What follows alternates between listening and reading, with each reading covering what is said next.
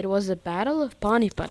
Babur managed his troops at the center, getting them ready to charge. He kept his deadly cannons to make sure his enemy would be destroyed. Ibrahim Lodi's army was surrounded. Babur's forces outnumbered them.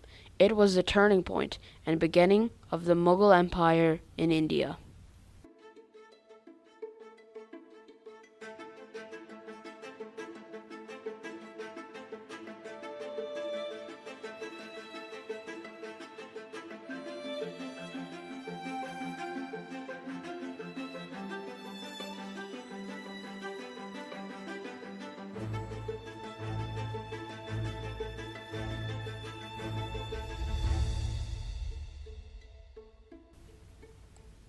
Welcome to the first episode of the Gunpowder Empire, the podcast that teaches you some new things. I'm your host, Rayyan Hassan, and today we will be diving into the birth of the Mughal Empire. Zahir-ud-Din Muhammad Babur was a displaced Central Asian prince from the city of Fergana, exiled after failed attempts to capture Samarkand, the ancestral birthplace of his family, and present-day cities in Uzbekistan. Babur describes himself hauntingly of his early days in his memoir, to wander from mountain to mountain, hopeless and homeless.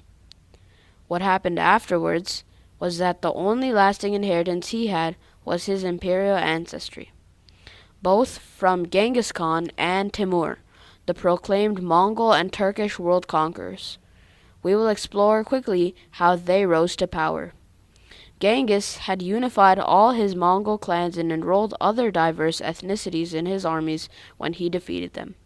In his legacy, he divided his lands with his male heirs, one being Chagatai Khan, who Babur's mother was descended from.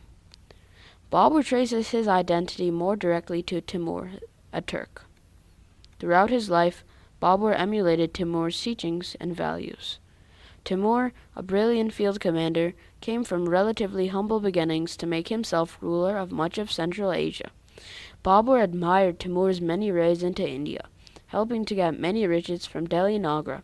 For centuries, Babur's dynasty believed and called themselves Timurids. As a result, this is what sparked Babur's invasion of India. Just to recap, we just learned about Babur's cool ancestors and how they rose to power.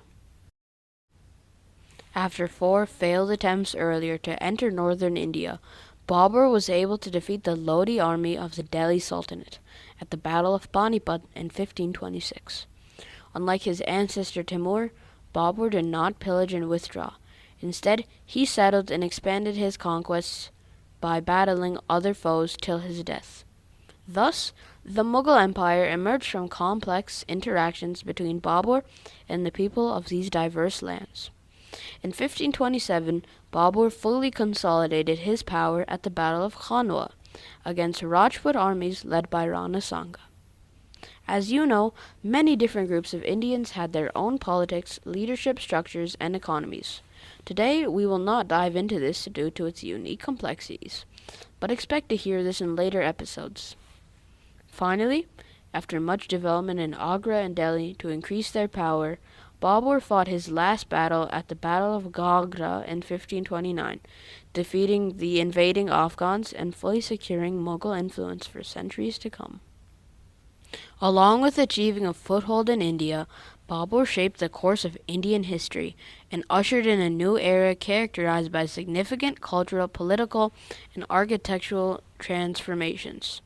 He introduced a new Persian and Indian style of architectural design and cultural values such as the integration and use of poems. He was the first to use gunpowder and a new style of quick, fast-paced warfare to defeat his enemies. His successful destabilization of any potential threats to the empire helped guarantee a relatively stable foothold in India. We'll see how that works out next episode.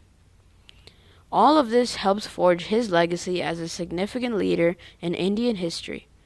So he essentially laid the foundation for Mughals and all of Indian history, starting from his very first steps into India. Thank you so much for tuning into the very first episode of the Gunpowder Empire, and I hope you enjoyed this. In this episode, you learned about Babur's origins, his conquests in India, and his lasting impact in India.